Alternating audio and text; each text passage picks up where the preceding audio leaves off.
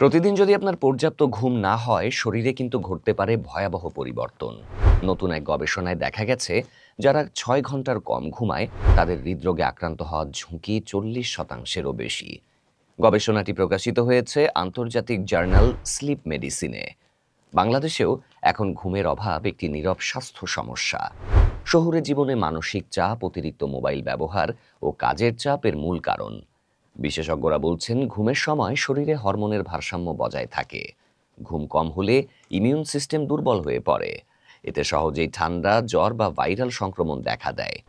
পর্যাপ্ত ঘুম না হলে ডিপ্রেশন, উদ্বেগ ও রক্তচাপ বাড়ে। চিকিৎসকরা পরামর্শ দিচ্ছেন প্রতিদিন কমপক্ষে 7 থেকে 8 ঘন্টা গভীর ঘুম নিশ্চিত করতে।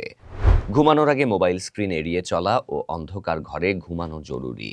গবেষণায় বলা হয়েছে, নিয়মিত ঘুমের সময় নির্ধারণ করলে মানসিক স্থিতি উন্নত হয়। বাংলাদেশে অফিস কর্মীদের মধ্যে ঘুমের সমস্যা দ্রুত বাড়ছে। বিশেষ করে রাত জাগা অভ্যাস ও রাতের ডিউটি বড় কারণ। চিকিৎসকরা বলছেন, ঘুমের অভাবকে একদমই অবহেলা করা উচিত নয়। এটি ধীরে ধীরে শরীরে হরমোনের ভারসাম্য নষ্ট করে দেয়।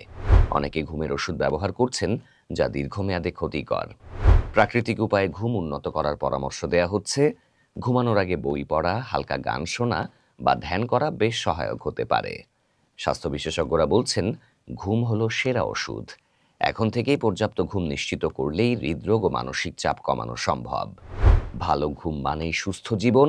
প্রতিদিন সময় মতো ঘুমানোকে স্বাস্থ্য বিনিয়োগ হিসেবে দেখা উচিত। ঘুম বাঁচায় মন ও শরীর, এই স্লোগান নিয়ে নতুন সচেতনতামূলক প্রচারণা শুরু হয়েছে।